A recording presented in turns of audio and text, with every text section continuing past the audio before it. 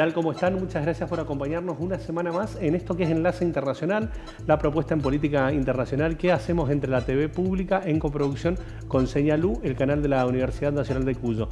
Mi nombre es Augusto Grilli Fox y durante esta hora con Laura Prudencio vamos a estar poniéndote al tanto de todas las cuestiones coyunturales en materia internacional. ¿Cómo les va? Bienvenidos. Aquí estamos una vez más para presentarle los temas internacionales que se destacan y vamos a mostrarte cuáles son los que vamos a tener en este programa, en este adelanto.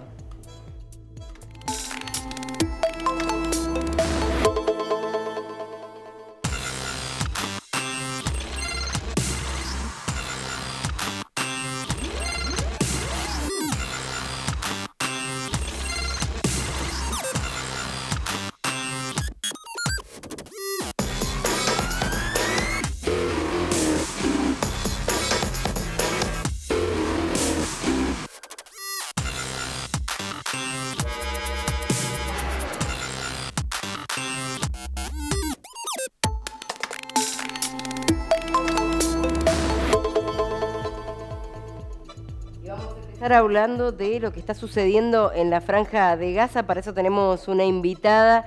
Vamos a hablar con la doctora en Historia Contemporánea de Asia y África, Carolina Ferraris, que ya está con nosotros. Bienvenida, Carolina, ¿cómo estás?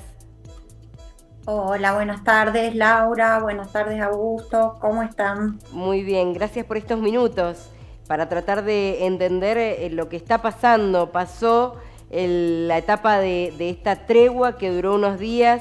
Y todo sigue incluso peor que antes de esta tregua. Así es, justamente. Bueno, como algo más o menos entre vos y yo conversamos la semana pasada, lamentablemente estamos asistiendo a un genocidio. En este caso, perpetrado por el pueblo o los descendientes, muchas veces, del pueblo que ha sufrido el genocidio más grande de la historia, especialmente del mundo contemporáneo, que es lo que, para dar alguna denominación dentro de las muchas, es el pueblo hebreo, que no es lo mismo que el Estado sionista de Israel, que es quien está cometiendo en este momento el genocidio contra el pueblo palestino en la Franja de Gaza. No quiere decir esto, que es lo primero que me gustaría aclarar, que estoy justificando las acciones terroristas de grupos terroristas, como concretamente en este caso nos tendríamos que referir al grupo Hamas. No justifico absolutamente ningún ataque. Lo que señalo es que tampoco hay justificación alguna para el genocidio que está cometiendo el Estado de Israel contra el pueblo palestino, que no es Hamas y que tampoco tiene la culpa ni puede pagar las consecuencias. Tenemos más de 5.600 niños muertos, miles de niños mutilados, por hablar solamente de los niños. Y la verdad es que creo que esto es inaceptable. Es tan inaceptable que no solamente lo estoy señalando yo, sino que incluso quienes en un primer momento, debido al ataque de Hamas, se pronunciaron en favor del Estado de Israel, y en este caso me estoy refiriendo al máximo organismo de seguridad colectiva reconocido por el mundo, que es la ONU, la Sociedad de Naciones,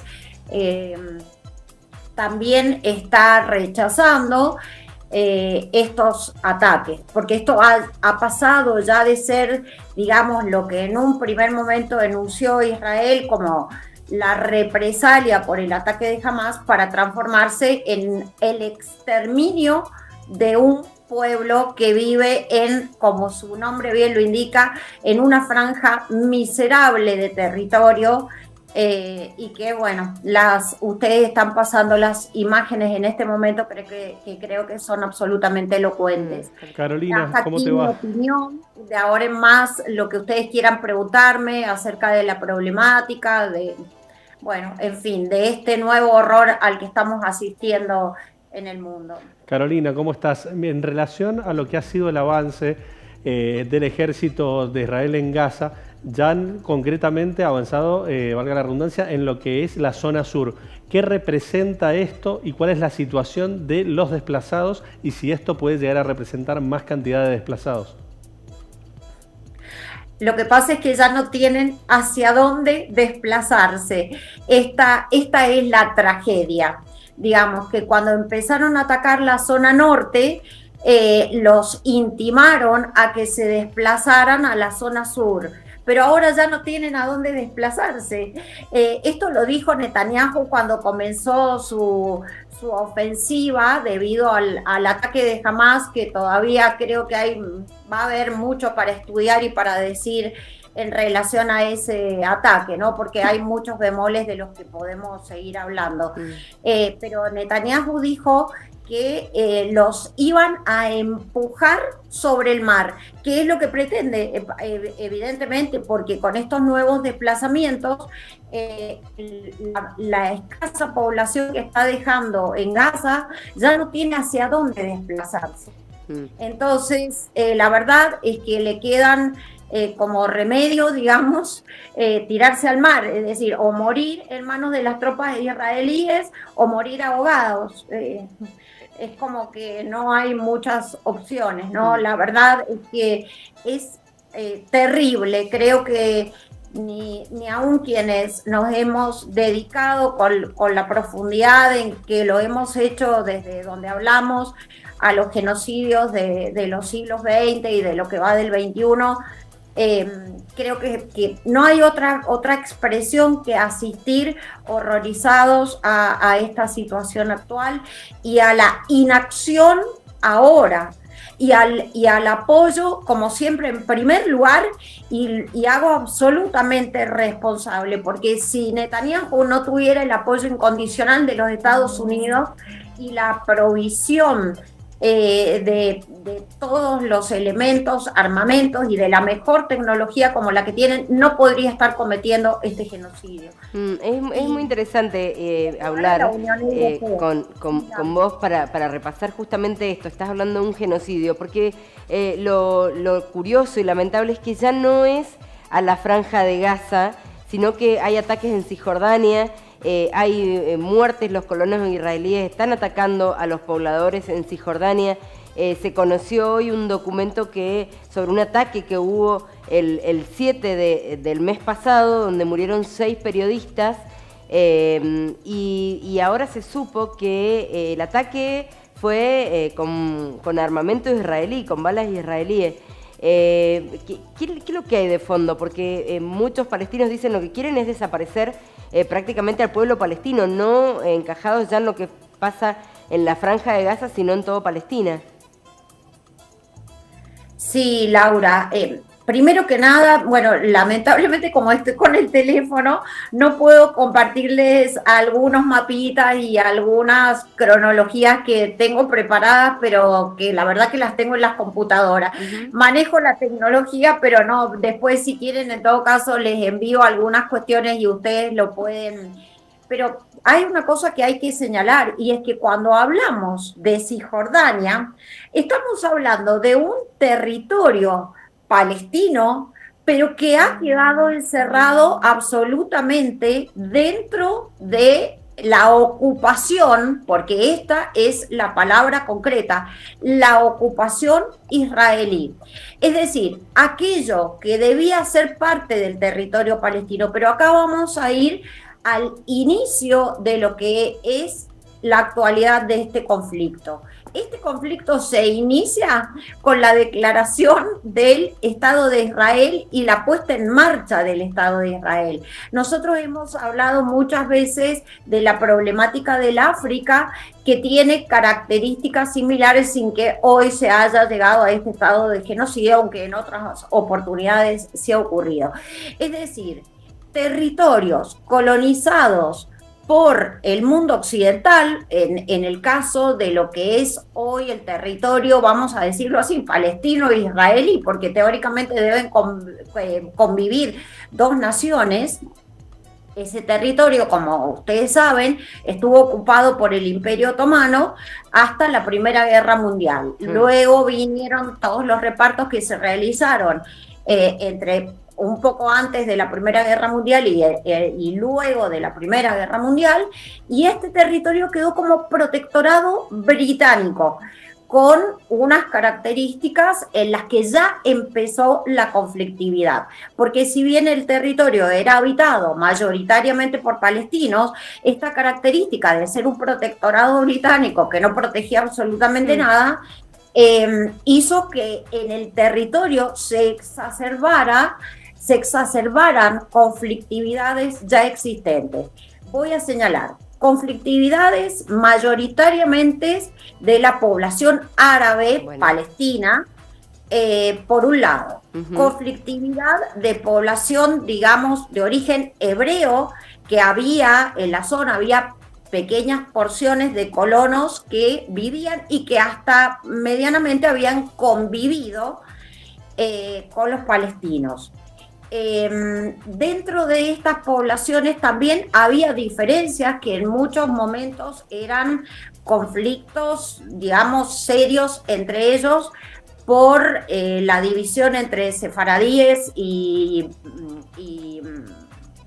bueno, ahora no me está saliendo el término por tratar de hablar rápido, y todo esto exacerbado por la presión británica y porque también comenzaron los movimientos en contra de los británicos, es decir, para realmente darle una independencia a la zona. En esto, que puede parecer muy largo, pero que tiempos históricos son tiempos muy cortos, se desata la Segunda Guerra Mundial, la Shoah, el holocausto perpetrado por los nazis contra los judíos y, como ustedes saben, contra otras minorías étnicas como los gypsies, y los resultados de la Segunda Guerra Mundial y la búsqueda de una solución que se apresuró. Y por supuesto que se apresuró porque los británicos también se retiraron de la zona, como lo hicieron con la India y el Pakistán, dejando a la región en estado de guerra civil. Y por supuesto que aquí la cuña de los Estados Unidos, aprovechando una zona, ya pensemos que en el 47 ya estamos hablando de la Guerra Fría, una zona fundamental para la geopolítica de los Estados Unidos, que significa tener una cuña en el conflictivo mundo árabe, que hasta el día de hoy es también un mundo conflictivo con sus propias conflictividades. No sé si lo estoy explicando más o menos claramente para la audiencia, pero es compleja la temática. Bien. Carolina, te agradecemos muchísimo este momento. La verdad que bueno, es muy valioso poder interpretar el origen, poder poner en valor también la forma en la que se llega a esta instancia y también estar atentos en cómo pueda llegar a replicar un conflicto que justamente lo que nos tiene bastante ocupados y preocupados es la forma en la que pueda llegar a dispersarse, ¿no? La forma en la que pueda llegar a involucrarse otros actores reales y concretos que puedan llevar al conflicto a una situación sin antecedentes, ¿no? Sí, indudablemente todo lo que el mundo occidental llama Medio Oriente es una zona de alta conflictividad. Si en otro momento lo desean y quieren, podemos también hablar un poco de la conflictividad en esto que todavía sigue siendo el mundo árabe, digamos, es decir, los estados árabes que están alrededor y que por supuesto que además de sus propias convulsiones internas, hoy están también participando, es decir, que tenemos un escenario de altísima volatilidad y lo peor es que de altísima conflictividad potencial que no sabemos realmente en este momento cómo puede continuar. Muchas gracias, Carolina. Bueno, un gusto, como siempre. Que es que los Estados Unidos son los que siguen teniendo la última palabra en la medida en que son los que proporcionan armamento y tecnología. Es así. Un abrazo grande. Muchas gracias. Hasta luego. Hasta luego. Bueno, vamos a cambiar de tema. Estamos a horas ya de tener un nuevo presidente con la asunción de Javier Milei y todo lo que significa el ceremonial de que se viene trabajando hace ya muchos días el paso a paso y lo que tiene que ver con este programa, las personalidades internacionales que van a estar presentes. Hay también un listado de ausentes porque no los invitó, no quiso el presidente electo que fueran parte de su acto de función. Se esperaba un poco esto, de hecho en varias ocasiones hablábamos sobre los referentes con los que se encontraba alineados a nivel global y haciendo referencia también con aquellos que había planteado que no iba a tener un gran diálogo. Entre los principales ausentes se encuentra Nayib Bukele, presidente de El Salvador. Por otro lado, Andrés Manuel López... hay que aclarar que no es que tengan mala relación o que no lo haya querido invitar, sino que me parece que es una cuestión... Eso hace referencia a la agenda y a la situación interna política de El Salvador, que justamente hace a un contexto en el cual Bukele ha pedido una licencia por 6 meses, buscando una vuelta de rosca, podríamos decir, para candidatearse nuevamente a presidente, situación que vamos a analizar la de El Salvador. Estuvimos hablando ya la semana pasada. Es bastante compleja. Sí, pero de hecho también ver cómo vaya a replicar en relación a las repercusiones que está planteando la oposición por una cuestión institucional bastante delicada. Hacíamos referencia a Nayib Bukele, por otro lado Andrés Manuel López Obrador, que si bien no es que no haya sido invitado, no hay un gran interés por parte del referente mexicano en relación, sobre todo, a la posición que tenía en diálogo con Alberto Fernández y a su participación del grupo de Puebla. Miguel Díaz-Canel sí no ha sido invitado y esto tiene toda una connotación en un contexto internacional, de hecho en el cual ha sido muy denotativo con la figura de Cuba.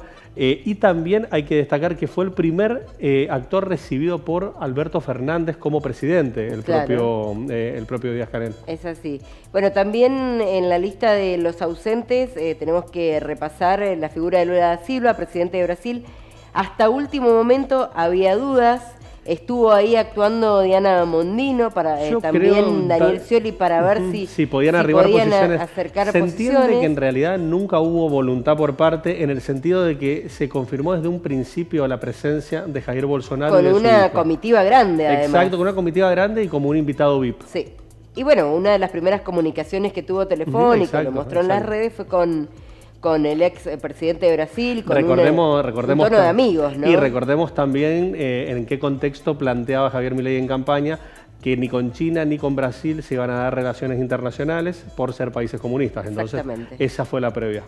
Bueno, caso de Nicolás Maduro, presidente de Venezuela, y Daniel Ortega, el presidente de Nicaragua, que están en la lista de los no invitados. Sí, esto habla propiamente de lo que hacemos referencia en relación a una posición una posición política. Sí, una posición extrema política, la cual hace eco de lo que se había planteado previamente. Sí. Bueno, hay alguien ahí de izquierda que sí ha sido invitado, que hay una buena relación, lo felicitó Gabriel Boric un rato después de que fuera ya consagrado como presidente Javier Milei, y va a estar presente el próximo 10 de diciembre, también el presidente de Armenia y Felipe VI, el rey de España, que bueno, ha comprometido su presencia el 10 aquí en los actos de asunción de Javier Milei. Bien, en relación a también vínculos muy aceitados que se dieron en campaña, de hecho uno de los primeros en saludarlo en forma institucional, el presidente de Uruguay, Luis Lacalle Pou. Por otro lado, el presidente que acaba de asumir en Ecuador, con quien de hecho el propio Milei trató de buscar algunos puntos en común, se dio como una suerte de ida y vuelta bastante empática, Daniel Noboa. Y por otro lado, también el presidente del Paraguay, que ha asumido hace muy poco tiempo, Santiago Peña, quien había comprometido su presencia previamente. Otros de los mandatarios presentes, estamos hablando del primer ministro de Hungría, Viktor Orbán. Ahí quería marcar un punto en relación a que cuando hemos hablado de esta liga internacional con una perspectiva ideológica, en relación a de dónde viene, cuáles son los orígenes, podríamos decir que uno de sus principales referentes, con mucho más tiempo en gestión que el propio Boris Johnson, que Donald Trump, que Jair Bolsonaro, es Viktor Orbán, quien podríamos decir que es el principal referente de estas nuevas derechas no convencionales, ¿no? Sí, con mucho tiempo, como bien decís. Y alguien que hasta hace unas horas estaba en duda, pero que lo confirmó su presencia y ha generado también un gran revuelo, es el presidente de Ucrania, Volodymyr Zelensky, que está en el medio de una guerra, por eso había dudas de su presencia. Ha tenido varias charlas con el presidente Javier Milei, por eso es que se esperaba su presencia, que finalmente fue confirmada. Y ya solamente con las presencias se empiezan a ver y a leer los giros en materia internacional que se van a ir generando, ¿no? Bueno, no va a estar presente el presidente de los Estados Unidos. Exacto, de hecho desde un principio lo planteó el propio Joe Biden, que no iba a poder estar presente, pero sí va a estar como invitado Donald Trump en el sentido de que comprometió a partir del saludo la presencia.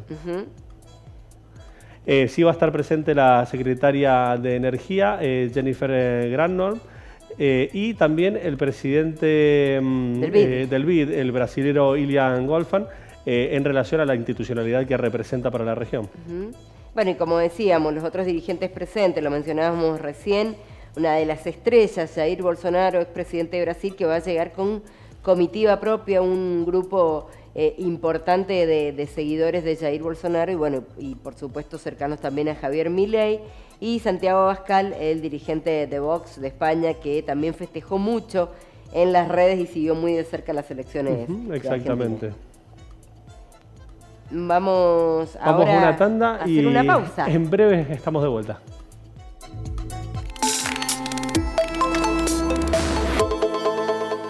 ¿Querés internet? Entonces querés Aero. Internet que vuela en todo Mendoza. Llámanos al 0810-333-0446. Ingresá a www.aero.com.ar. Aero. Internet que vuela.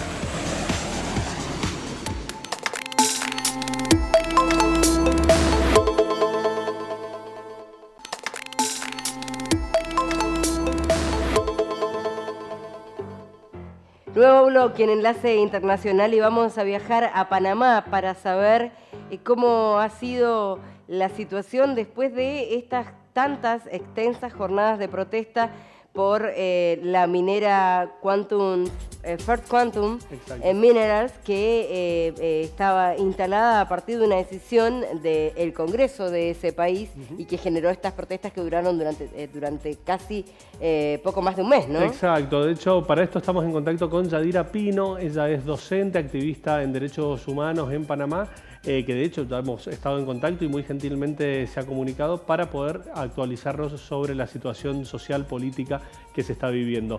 ¿Cómo te va, Yadira? Buenas tardes, muchas gracias por el contacto. Cómo no, saludo a todas, a todos allá en Argentina y también, por supuesto, pues a todo el pueblo panameño que nos pueda estar viendo en estos momentos y el mundo entero. Sí, nos encontramos pues un poco, digamos que pudiéramos decir que más tranquilos por el tema de haber logrado pues el fallo de inconstitucionalidad. Sin embargo, hay todavía mucha preocupación porque hay toda una serie de temas que han quedado inconclusos, temas que hay que resolver, como el cierre de la mina, como el destino de las y los trabajadores, como el tema de cómo enfrentar las condiciones en las que se encuentra pues esta más de 7 a 10 hectáreas que han sido pues devastadas y que pues su condición definitivamente es nefasta, ¿no?, para el ambiente. Entonces, preocupados por eso y porque definitivamente ahora tenemos un gran reto, y el reto es los demás proyectos que quedan fuera pues, de esta inconstitucionalidad y que están siendo ya demandados, proyectos mineros que están siendo demandados, quizás no tienen la misma magnitud que la que tenía con Minera Panamá en esta área del Atlántico de Panamá. Sin embargo, son pues son aproximadamente 15 proyectos que hay que revisar, ver su condición y cómo enfrentar que estos proyectos pues no se sigan desarrollando porque están en áreas donde hay pues una diversidad ecológica y que es necesario pues proteger. Así que, y bueno, todo un sinnúmero de situaciones. En la parte política, pues definitivamente un descontento de la población, no se confía, no hay credibilidad en las instituciones públicas, no hay credibilidad en las autoridades. Justo pues la instalación de la comisión que se va a encargar del cierre tiene a 4 ministros que prácticamente, pues el ministro de Ambiente que pues dio aval a todo este proceso, ¿no?, de aprobación del contrato, o sea, todo el Ejecutivo lo dio. Pero tenemos el ministro de Ambiente, la ministra de Trabajo, el ministro de Comercio e Industrias, entonces, y el ministro de Seguridad. O sea, estos 4 ministros son personas o autoridades en las que la población pues no cree, no hay confianza, y lo que se está planteando es que definitivamente esta comisión tiene que ampliarse con la participación de algunos especialistas en el área del derecho, en el área ambiental, bueno, en una gran diversidad de especialidades o de disciplinas para que se pueda realmente lograr un cierre justo para el país, principalmente porque pues, hemos sufrido del principio las ilegalidades de cómo se desarrolló este proyecto minero y pues las consecuencias, los efectos que vamos a heredar, ¿no? Entonces, Yadira, esa es una de las preocupaciones. sí. Adelante. No, cuando hablábamos hace un tiempo ya, que empezaban las protestas y que se volvieron de pronto tan numerosas y además muy doloroso en el medio por la muerte de personas, en el medio de las protestas, vos nos contabas que la gente se había cansado y salía a la calle porque muchas veces antes les habían mentido los gobernantes. Ahora vos decís que esta comisión la integran algunas de las personas que estaban de acuerdo con que se llegara justamente a esta posibilidad de que la minera trabajara por muchos años más, con la posibilidad incluso de extenderle más allá de esos 20 años. ¿Cómo está la situación en la población? ¿Están alertas? ¿Están dispuestos a volver a salir en las calles? ¿Cuál es el tiempo que se le está dando para que esto realmente se concrete? Sí, definitivamente que ya hay planteamientos cuestionando esta situación y pues toda la población organizada y la población en general pues está atenta, está alerta frente a esto. Definitivamente hay grupos que incluso hasta después de que se dictó el fallo de inconstitucionalidad permanecieron con las vías cerradas aproximadamente casi 4 o 5 días después hasta que fuera publicado en Gaceta Oficial, pero son grupos muy entregados a la lucha y que precisamente están en esa vigilia esperando que realmente lleven los pasos que corresponde. Así que estamos en ese punto para poder lograrlo. Ahora, en la parte económica y social, hay una situación en el país que definitivamente no es la mejor porque la administración gubernamental que en estos momentos está del señor Cortizo, el señor Laurentino Cortizo y su alianza con otro partido, pues realmente no ha sido capaz de llevar, de recuperar la economía después del COVID. Justo pues el COVID fue como muchos países de América Latina, una justificación para hacer grandes negociados, ¿no? Y enriquecerse con fondos del Estado. Pero durante todo este tiempo de reactivación económica, pues hay una situación bastante fuerte de desempleo, de trabajo informal. Entonces hay una situación de gran incomodidad y bueno, a menos de 5 o 6 meses de las elecciones, definitivamente que esto tiene a la población en una diatriba, ¿no? Tiene a la población en una incertidumbre y bueno, estamos también pues vigilantes frente a lo que pueda estar sucediendo de aquí a esa fecha. Yadira, pero sí, en relación al contexto político, al marco político para las elecciones que están previstas para mayo-junio, ¿cuál es la lectura que haces en relación a los actores que llegan, digamos, o que se proyectan con chances? ¿Crees que hay algún actor que tenga una referenciabilidad concreta o está por definirse en relación a este descontento generalizado que vos planteás? Hay muchos intereses, los mismos intereses que antes de la crisis, son intereses que fueron desnudados, ¿verdad? Por decirlo, por utilizar una palabra, fueron develados, ¿no? Durante esta crisis con los partidos tradicionales. Pero justo están tratando de ver cómo se recomponen, ¿sí? Y cómo cambian, cómo giran el tema de la política para el 2024. Entonces, sí hay quizás algunos candidatos que no son de partidos tradicionales, que pueden tener algún tipo de posibilidad porque se estuvieron haciendo en medio de la crisis algunas encuestas populares, ¿no?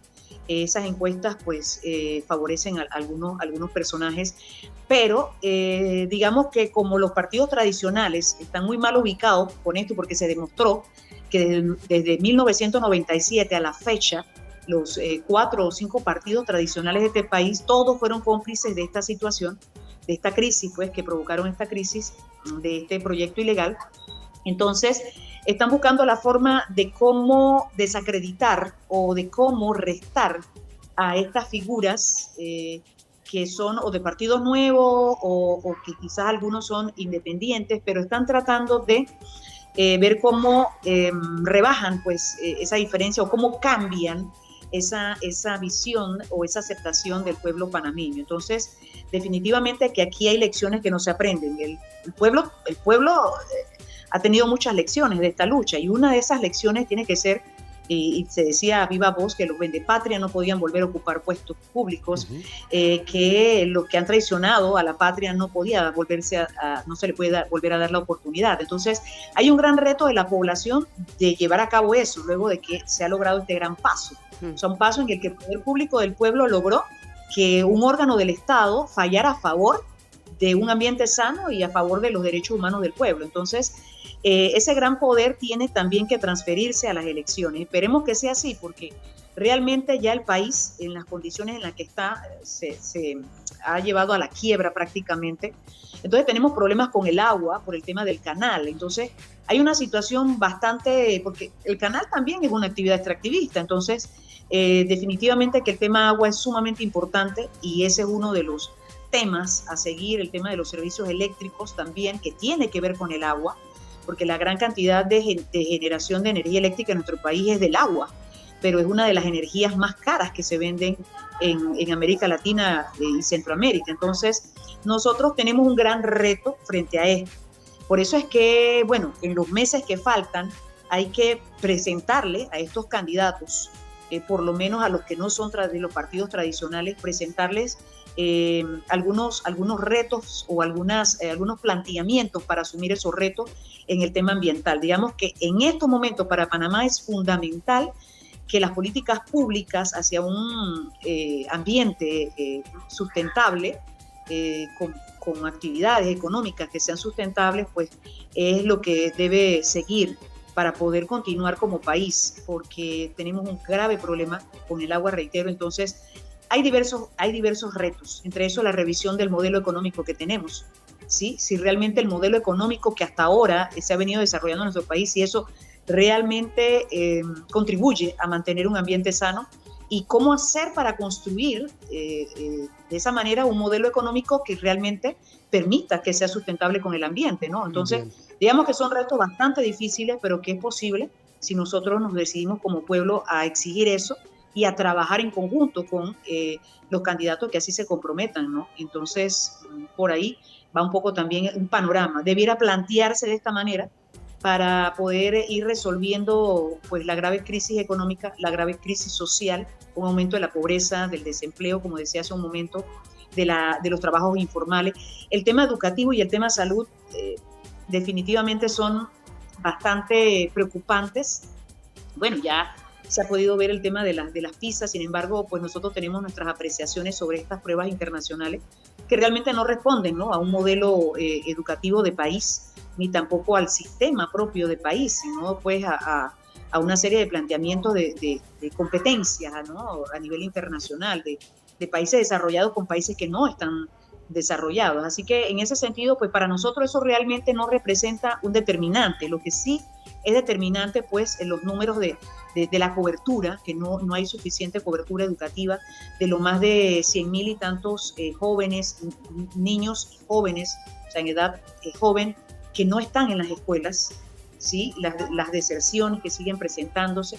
Entonces, los niveles de fraccionamiento del conocimiento, de la formación de del estudiantado en nuestro país, producto de esta crisis que viene desde la posinvasión, es decir, desde 1989. Entonces, esta crisis realmente pues, nos preocupa y es un gran reto para la población las elecciones del 2024. Ojalá lo puedan lograr y se pueda revertir esta situación y tengamos que dar buenas noticias de Panamá. Me parece que esta posibilidad que generó el pueblo en la calle no se termina y puede venir ese cambio realmente. Ojalá así sea.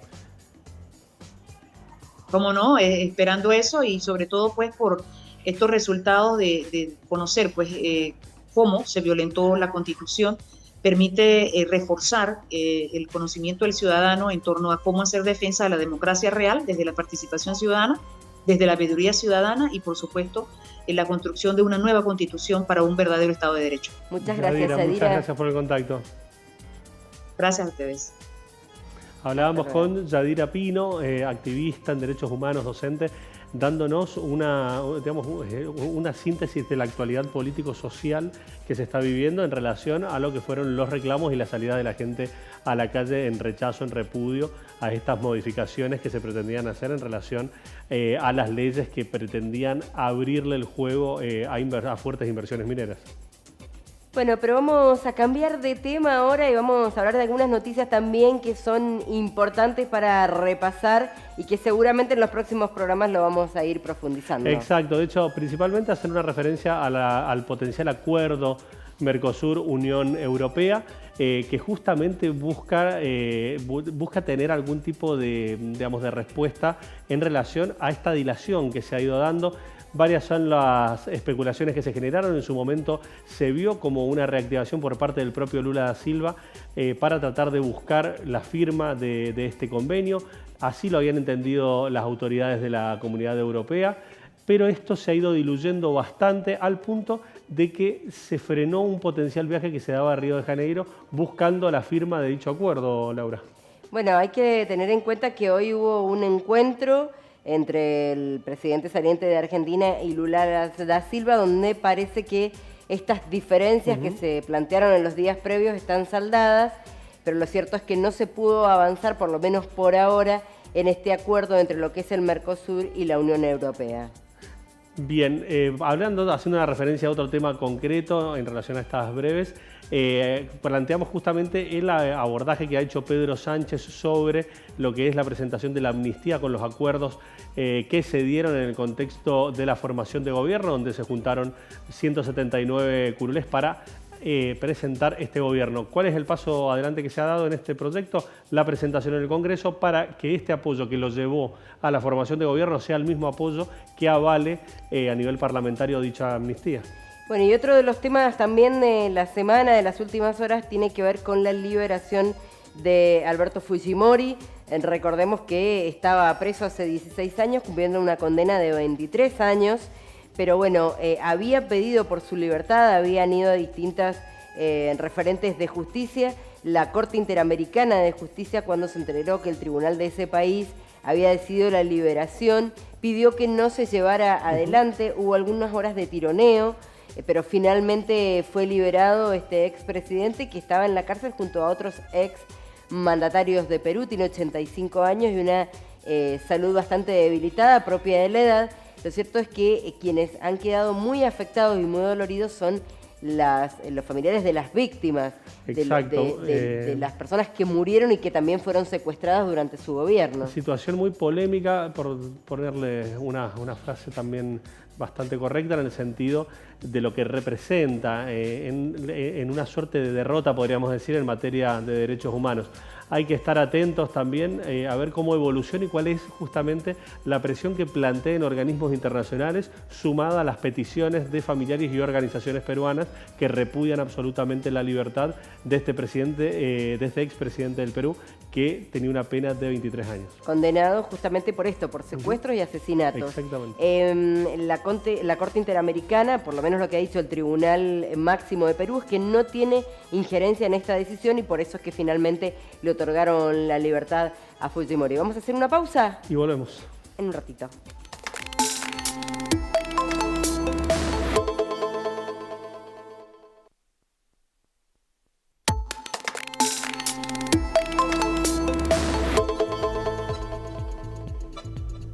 Último bloque de Enlace Internacional. Como todas las semanas nos ponemos en contacto con Ana Vanessa Cárdenas, politóloga internacionalista, justamente para analizar los temas de mayor coyuntura.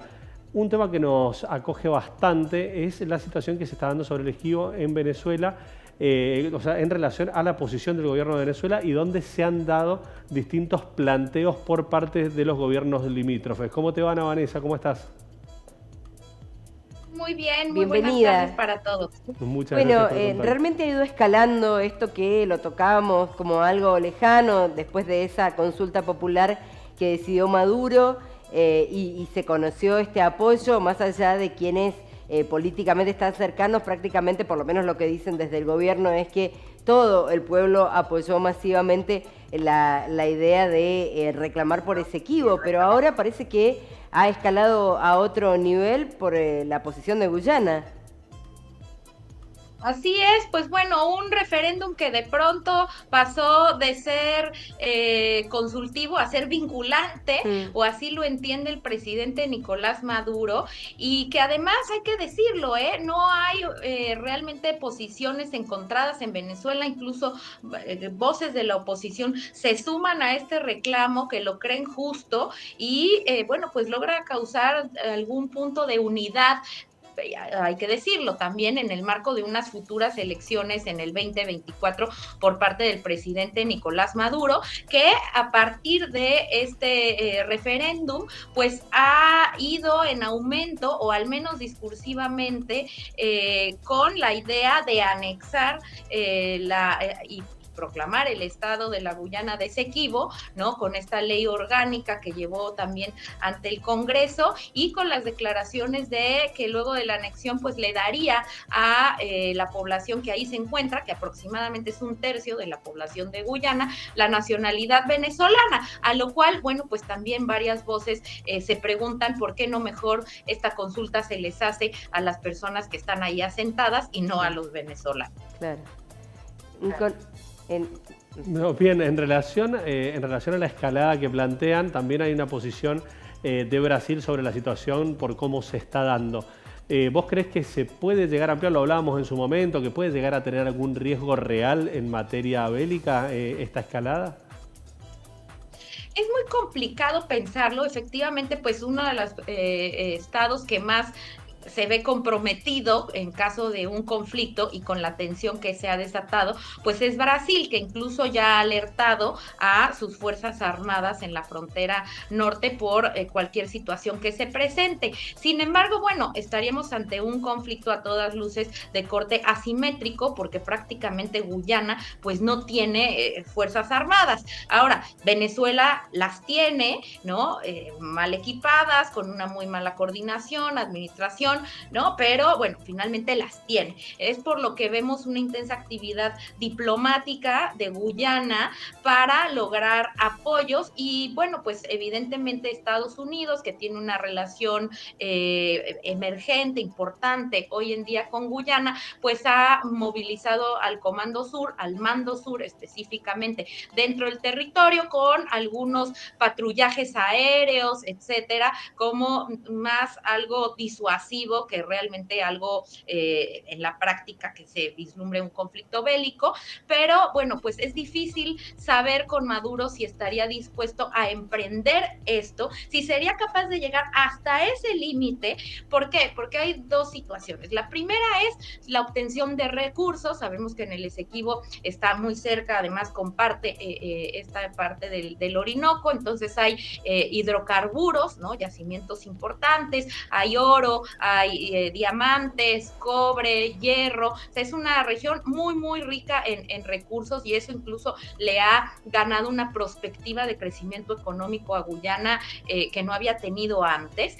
Pero por otro lado también, y creo que eso mueve la mitad de la animosidad de Maduro, es evitar a toda costa las elecciones del 2024, con las cuales se comprometió después de Barbados, lo hemos hablado aquí en el espacio con el público de Espacio Internacional, pero que cuando vio las primarias de la oposición y cómo arrasó Corina Machado, pues desconoció estas primarias, con lo cual pues a este primer termómetro de cumplimiento de Barbados pues falló, y hoy, bueno, esto le permitiría invocar determinados artículos de la Constitución, como el de la conmoción nacional, para poder restringir garantías, y una de ellas incluso podría ser el ir a las urnas el próximo año. Bueno, e interesante para seguirlo de cerca, por supuesto, porque es un tema que da la impresión de que no va a terminar acá, sobre todo también por las posiciones de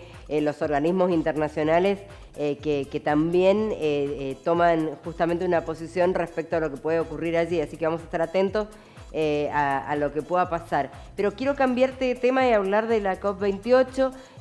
Se cumplió ya la primera semana, justo el día jueves es el día de descanso de actividades, y vuelve la segunda parte ya con definiciones. ¿Qué se espera? Porque, bueno, en esta primera parte hubo más interés en quiénes estaban, quiénes no estaban, en una cuestión política, pero no se sentaron las bases de lo que se espera como los objetivos de esta reunión mundial.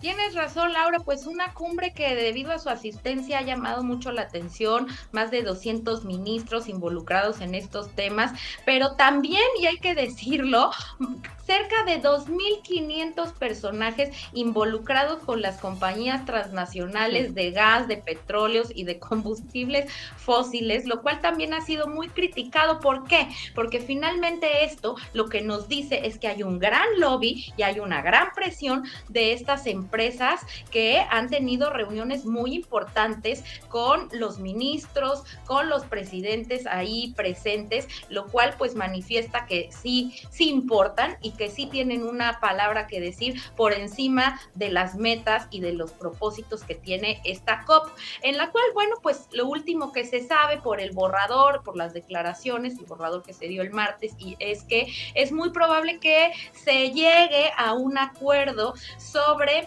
la reducción nuevamente de las energías fósiles, pero no se sabe exactamente cuál va a ser la palabra, si va a ser eliminación paulatina, reducción paulatina, ¿no? El dejar de crecer, ¿no? Suspensión del crecimiento. Es decir, hay como diferentes vertientes que estarán ahí involucradas también con estas reuniones de lobby de estas empresas transnacionales de hidrocarburos, con las visiones de los políticos que incluso han llamado la atención más estas declaraciones, específicamente las de la presidencia de la COP28, del presidente de la COP, Jaber, quien se enfrascó en una discusión con la presidenta de Irlanda por declaraciones que había hecho previamente y que trató de sustentar ahí acerca de que la eliminación de los combustibles fósiles, no hay evidencia científica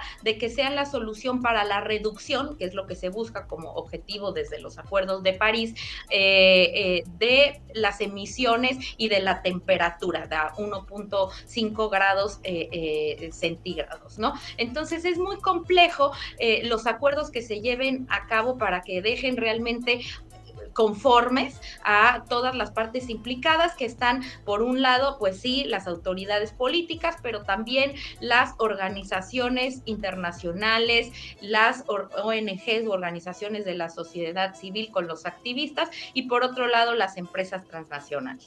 Vanessa, te agradecemos muchísimo el contacto, clarísimo como todas las semanas, y nos encontramos la semana que viene. Claro que sí, un abrazo para todos. Abrazo grande.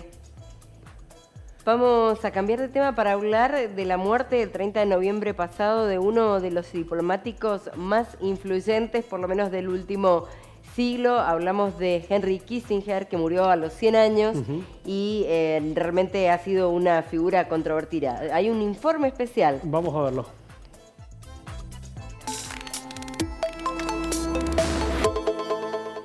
Según la ONU, el ajedrez es uno de los juegos más antiguos, tiene un carácter intelectual y cultural y combina elementos del deporte, el razonamiento científico y el arte. Cualquier persona en cualquier lugar puede jugar, ya que trasciende las barreras del idioma, la edad, el género, la capacidad física o la situación social. Muchas personas lo juegan y disfrutan, aunque muy pocas personas son ajedrecistas cuyas fichas son países. Una de esas personas fue Henry Kissinger. Jugó con brillante estrategia el juego del poder en un mundo dividido en dos, su adversario del otro lado del tablero, la Unión Soviética.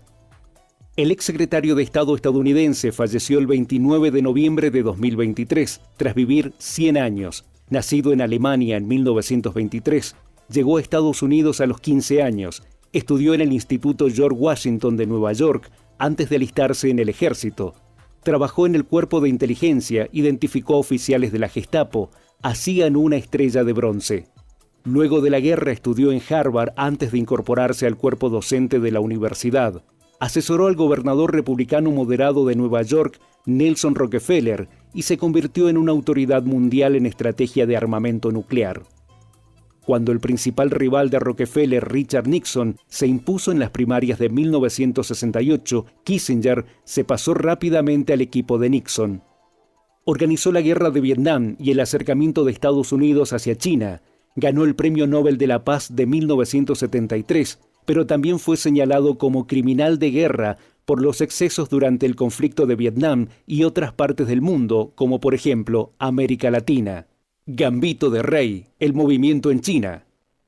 Kissinger fue secretario de Estado entre 1973 y 1977, pero ya en 1971 era consejero de Seguridad Nacional en la Casa Blanca. En aquel momento realizó visitas a China y logró hacer realidad el encuentro entre el líder de la Revolución Cultural China, Mao Zedong, y el expresidente estadounidense Richard Nixon. Aquel primer acercamiento entre Washington y Pekín es recordado como uno de los movimientos de la Casa Blanca para presionar y ganar terreno a la Unión Soviética. Jaque doble al rey, Chile y el socialismo sin violencia. Kissinger quería evitar que el presidente de Chile, Salvador Allende, y su socialismo sin violencia fueran un ejemplo a seguir en el mundo. Se opuso ferozmente a un gobierno elegido democráticamente y no tuvo reparo en colaborar con militares locales para derrocar y asesinar a Allende y poner en 1973 a Augusto José Ramón Pinochet Ugarte, comandante en jefe del Ejército de Chile, puesto en esa función por el mismo Allende. Así, la CIA y el ejército chileno se encargan de sentar precedente en Latinoamérica y el mundo. Estados Unidos no toleraría gobiernos de izquierda en su esfera de influencia. Fianchetto, el ataque cruzado al resto de los gobiernos de la región. En 1971, en Uruguay, Kissinger, junto con Brasil, monitorea el Frente Amplio para ganar la elección. Esos comicios dieron lugar a la presidencia de Juan María Bordaberry, quien militariza el país preparándolo para la dictadura de 1973. A partir de documentos desclasificados, es evidente su colaboración con las dictaduras del Cono Sur y con el Plan Cóndor, orquestado por la CIA. En 1976, Kissinger se reunió con César Augusto Gussetti, quien fue vicealmirante de la Armada y canciller argentino durante el gobierno de facto de Jorge Rafael Videla, donde le sugirió que si la dictadura tenía algo que hacer, lo hiciera lo más rápido posible. El autodenominado Proceso de Reorganización Nacional gozó de la simpatía de Kissinger. Benoni, Apertura Agresiva, el Dr. K y el anticomunismo. 1975 extendió su influencia a otros lugares del mundo. En África, impidió que el Sahara Occidental tuviera su autodeterminación. El territorio era un protectorado español y estaba la promesa de que el pueblo saharaui tendría su gobierno.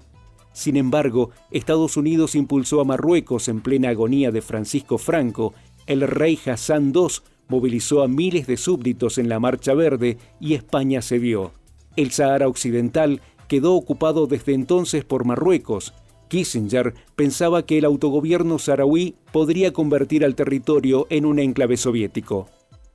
Entonces dieron luz verde a la invasión de Indonesia. El dictador Suharto, un aliado de la Casa Blanca, ocupó la isla y provocó una sangrienta represión. Indonesia era un bastión anticomunista y el espejo para diseñar lo que sería la Operación Cóndor en el Cono Sur, la red de coordinación entre dictaduras latinoamericanas para reprimir a la población civil. Sin lugar a dudas, Henry Kissinger fue una figura controversial. Jugó un papel clave en la política exterior estadounidense, en los gobiernos de los presidentes Nixon y Ford, en el punto más alto de la Guerra Fría. Sus simpatizantes afirman que Kissinger fue crucial en garantizar acuerdos de paz en Medio Oriente y Vietnam. Pero sus críticos dicen que orquestó el polémico bombardeo de saturación de la neutral Camboya durante la Guerra de Vietnam y que ayudó a Pakistán, Grecia, Indonesia, Chile y Argentina, entre otros países, a emprender campañas de represión.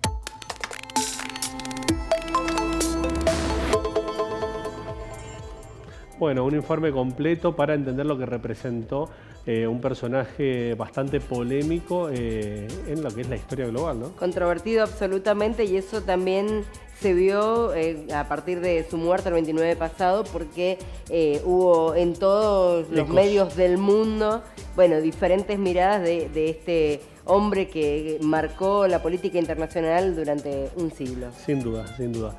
Esto ha sido todo por hoy. Nos encontramos la semana que viene desde Construir TV, desde Canal Sama de San Juan, Acequia TV y Señalú. Gracias por estar del otro lado. Chau.